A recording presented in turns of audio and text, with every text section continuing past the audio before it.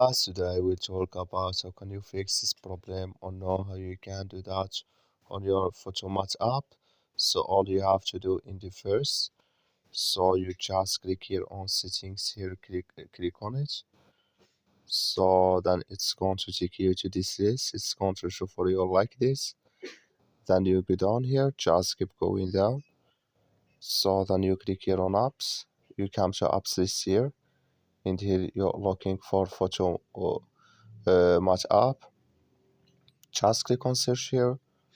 So then you click here on Photomath. You just click on it here. So then you come to next step here, and here you will find for stop. Just click on it. Click here on OK.